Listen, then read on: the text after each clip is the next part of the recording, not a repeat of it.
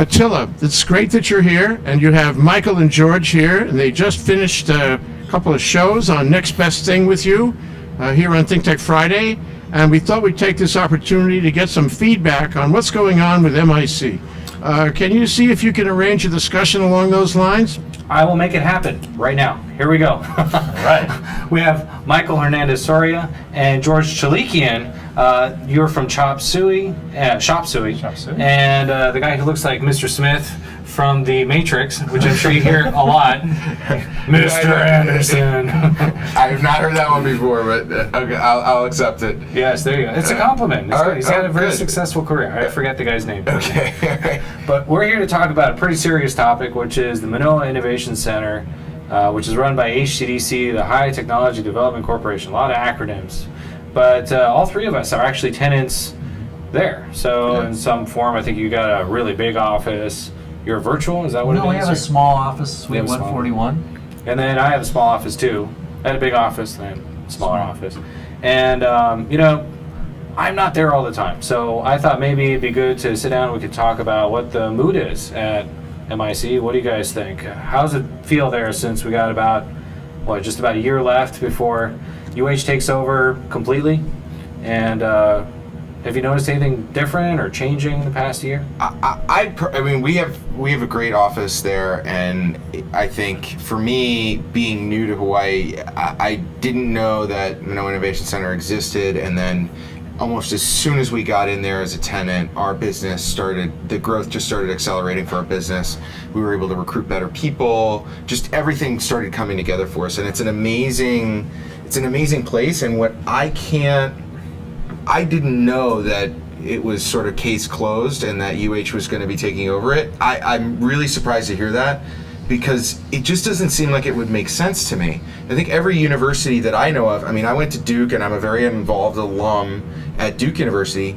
Duke is fighting to get more startups closer to the university because it provides opportunities for students to do research and to work at afterwards. It helps a university attract better students, and it provides better opportunities for the students.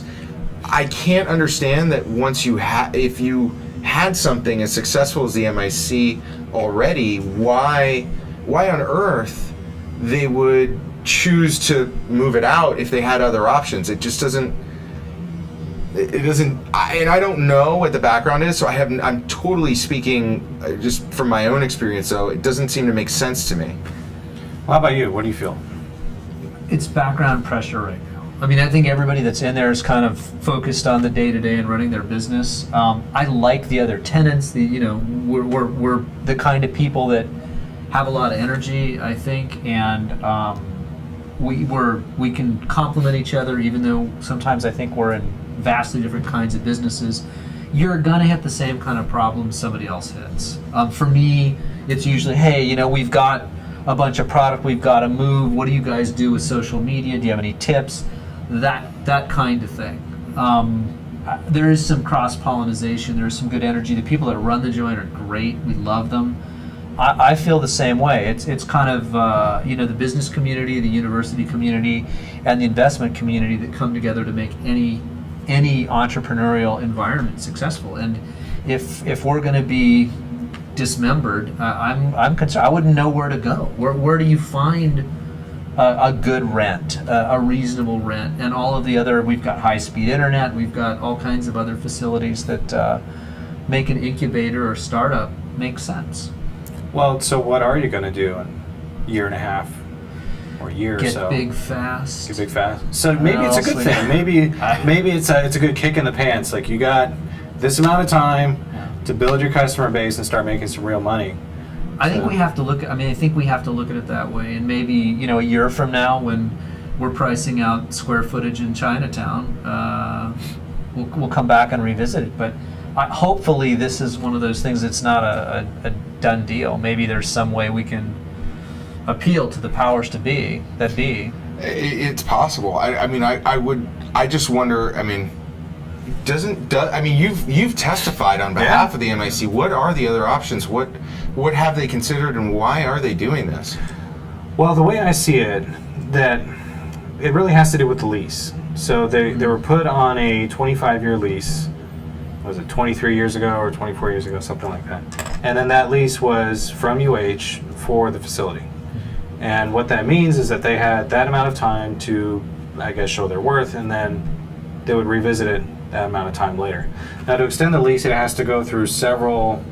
It has to go through a sort of like a chain of command in the government.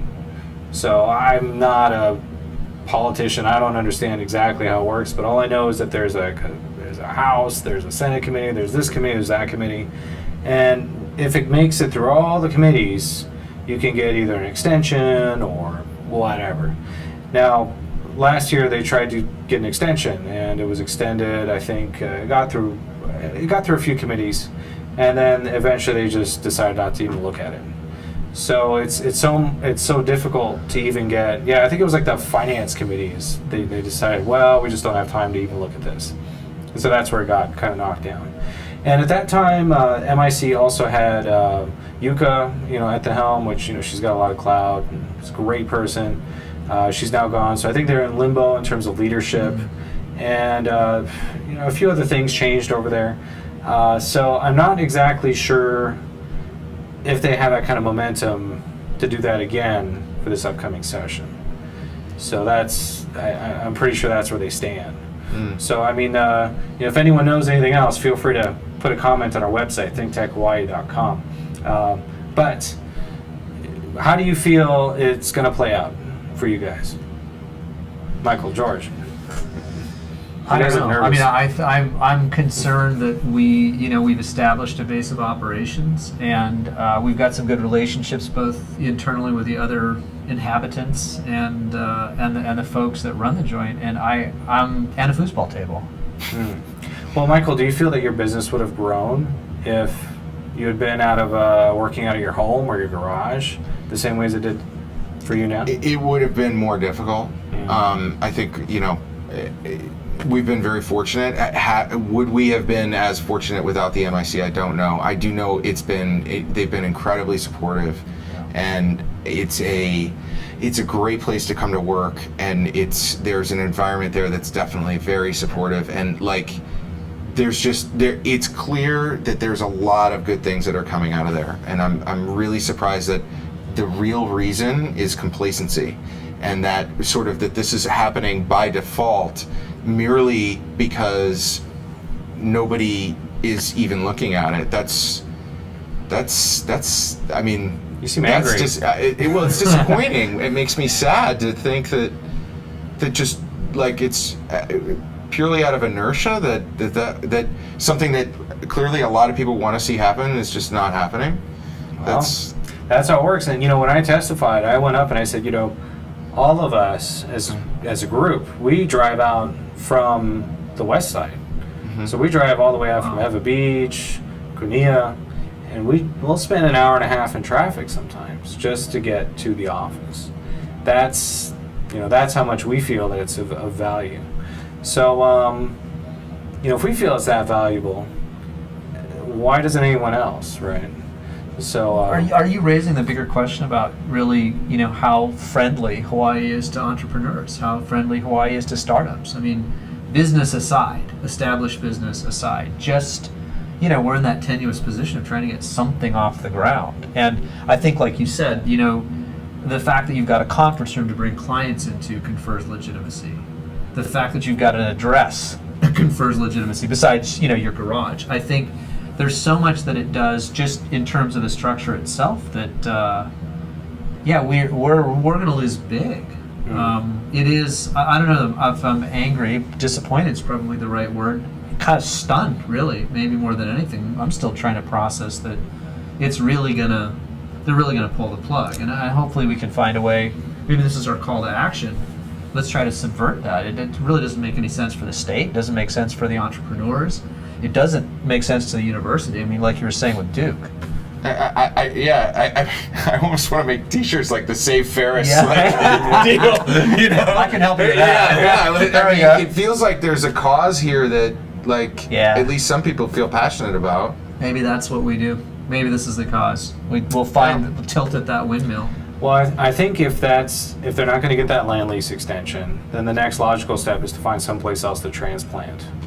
So I heard rumors of Kaka'ako.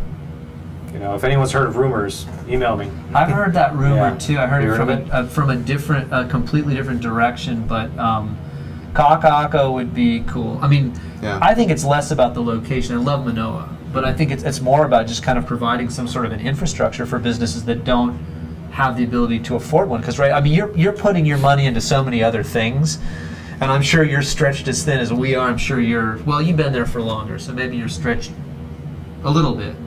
No.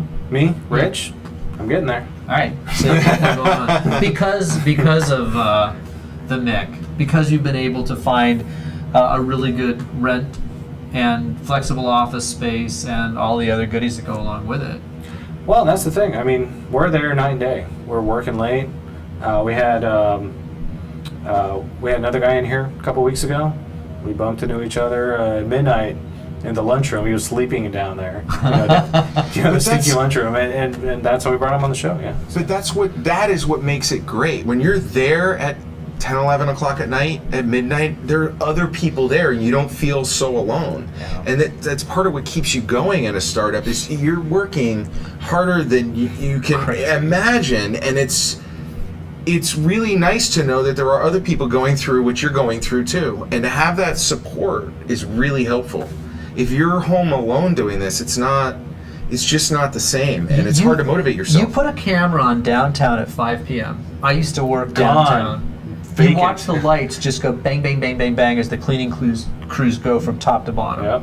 5 o'clock is lunchtime, right? That's when everybody's hitting the vending machines and trying to get the Mountain Dew going for the next round. And where else can you go in this town? Where can you find Wi-Fi? We've sat in my car, my partner and I literally, with a little Wi-Fi box, sat in my car in the park and worked side by side in the front seats of the car because there isn't a coffee place that's open 24 hours. There's no place to go. I mean, it shuts down. Now that I'm thinking about it, you got me horrified. Thanks. Horrified of what? That we're gonna get thrown out onto the street with our chattels and our half-baked. You know what that means? It means you have to sell. But you know what it is say you have a 1 year. Actually, look at this. Look who's calling me. Go. That's so funny. Shay. That's Shay. That's Shay. Is she You calling should because she answer. wants to be on the show? Can you put her on from Yeah, from let's your phone? see. We love Shay. Shay? Call. Press 1 to Hold on, here we accept. I'm sorry. Ah, shoot, we lost her. Oh, Here she comes. We can call her back. No, Yeah. here we go. Yeah, we should call up Shay. Shay is actually our property manager. She's for the MIC. den mother of the joint. Are we on live I right think now or no? Jay, are we on live? Oh, we are on live. Okay. Okay. Maybe we're told to stop talking. Well, let's see if she picks up. This would be hilarious. That'd be great. Yeah. That by the way is our property manager at the Manoa Innovation Center, and she could be watching live and not picking up the phone. Shay, I know you're watching. Ah, she's not She's picking gonna call up. you back. Yeah, maybe. Call you back. That's too bad. Either that or got it at the office before it got it. Oh, okay. Anyways, but Great yeah. discussion, Attila. Great discussion. Really important that you guys have that discussion, and we appreciate that you guys are covering the ground on that. So why don't you wrap it up, and we'll see what happens. Okay, Jay. Well, thanks for having us on. We really appreciate you giving us the time to talk about the Manoa Innovation Center on the air. And of course, if you guys have any comments about the Manoa Innovation Center, or you want to give us an email, you can email Jay Fidel. He's J@fidell.com. And of course, George, Chalekin. Mike, Mr. Smith. Thanks, you guys, for coming by. And maybe if Jay lets us, maybe we'll come and do an update on MIC as the deadline approaches. All right, stay tuned, guys. More Think Tech is on the way.